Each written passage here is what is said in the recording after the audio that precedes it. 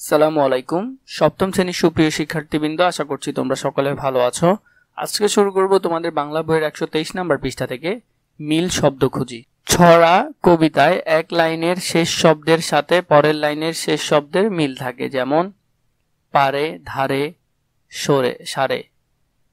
পারে, ধারে, সারে, রাজি, মাঝি ইত্যাদি। তোমরাও এভাবে মিল শব্দ তৈরি করতে পারো। নিচে কিছু শব্দ দেওয়া হলো, এগুলো এক বা একাধিক মিল শব্দ লেখো। 1 নাম্বার ছেলে, মিল শব্দ খেলে, গেলে, জলে, ঠেলে, তেলে, পেলে, ফলে, বেলে, মেলে, রেলে, ছেলে। মেয়ে, গেছে, চেয়ে, ছেয়ে, নেয়ে, খেয়ে, পেয়ে, বয়ে। 3 নাম্বার ঘর, কর, চর, জর, ভর, মর, সর। 4 নাম্বারটা দেখো, যত, কত, ক্ষত, তত, থতমত, নত, যত, শত, হত। 5 নাম্বার তখন, কখন, যখন।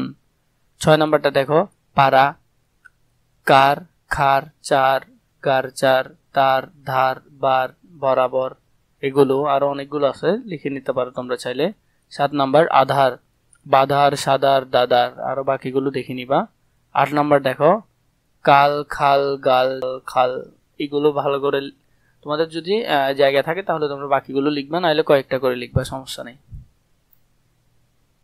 বাঁশ, আঁশ, কাশ, ঘাস, চাষ, ঠাস, তাস, দাস, নাস।